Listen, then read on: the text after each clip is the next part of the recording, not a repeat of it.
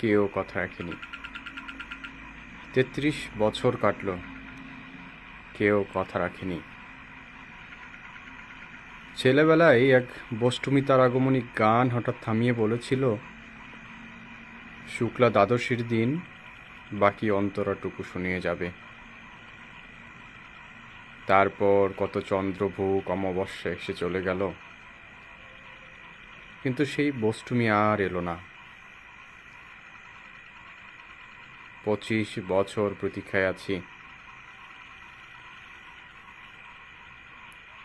মামাবাড়ির মাঝি নাদের আলী বলেছিল, বড় হও দাদা ঠাকুর, তোমাকে আমি 3 প্রহরের বিল দেখাতে নিয়ে যাব। সেখানে পদ্ম ফুলের মাথায় সাপ আর ভ্রমর খেলা করে। নাদের আলী, আমি আর কত বড় হব? আমার মাথায় ঘরের ছাদ ফুঁড়ে আকাশ স্পর্শ করলে তারপর তুমি আমায় 3 প্রহরের বিল দেখাবে? একটা রয়্যাল গুলি কিনতে পারিনি কখনো।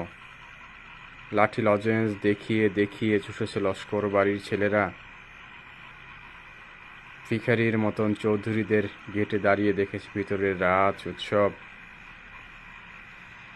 অবিরল রঙের ধারার মধ্যে সুবর্ণ কঙ্কন পরা ফর্সা রমণীরা কত রকম আমোদে হেসেছে।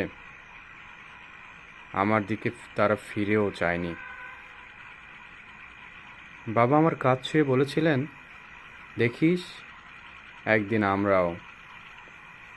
বাবা এখন অন্ধ। আমাদের দেখা হয়নি কিছুই। সেই রয়্যাল গুলি, সেই লাঠি লজেন্স, সেই রাজ উৎসব আমায় কেউ ফিরিয়ে দেবে না। বুকের মধ্যে সুগন্ধি রুমাল রেখে বরুণা বলেছিল, যেদিন আমায় সত্যিকারের ভালোবাসবে সেদিন আমার বুকেও এরকম আতরের গন্ধ হবে। ভালোবাসার জন্য আমি হাতের মুঠোয় প্রাণ নিয়েছি। দুরন্ত ষাঁড়ের চোখে বেঁধেছি লাল কাপড়। বিশ্ব সংসার তন্ন তন্ন করে খুঁজে এনেছি 108 নীলপদ্ম। তবুও কথা রাখিনি বরুণা। এখনও তার বুকে শুধুই মাংসের গন্ধ। এখনো সে যে কোনো নারী। কেউ কথা রাখেনি। 33 বছর কাটল, কেউ কথা রাখে না।